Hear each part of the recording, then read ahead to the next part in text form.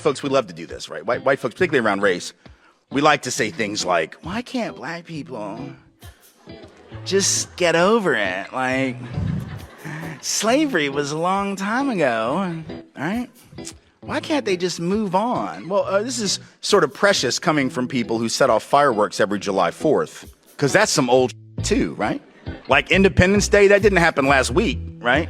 We didn't break away from the British last Thursday. That's some old but we're still celebrating that. So when it's stuff that makes us feel good, we love it.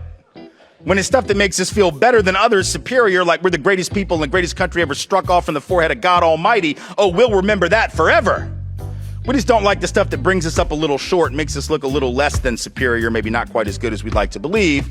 If you don't understand why the past affects the present, particularly around issues like enslavement, putting aside the inheritance of wealth and the lack thereof, part of which is certainly an explanation for why currently the median white wealth is 15 times the median African-American wealth and 11 to 12 times the median Latino wealth. Certainly that has something to do with history, who had access to resources and who didn't. But putting aside that, let's just understand something. The only reason Donald Trump is president right now is because of a little thing called the Electoral College, which was put in place by folks. See, we got this revisionist history that we've been spinning for the last couple of months about the Electoral College. Oh, you know, it was put in there to prevent tyranny. For real, you think?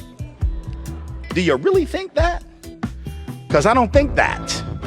Right? That might have been one of the things that folks were concerned about, but it was also put in because folks like the folks in Virginia, in the bigger slaveholding states, right, didn't want direct democracy or anything even remotely like it because it would have hurt them, because so much of their population was not enfranchised, right? So much of their population in some areas, 40% or over half of the people in some of those slaveholding states were what? Disenfranchised, counted as 3/5 of a human being, not considered people. And if you had anything remotely resembling direct democracy, those states would have been harmed by that. So in fact, the Electoral College was in part a compromise with slaveholding states, states who were dependent upon enslavement as a mechanism of economic development so as to improve their political position vis-a-vis non-slaveholding states.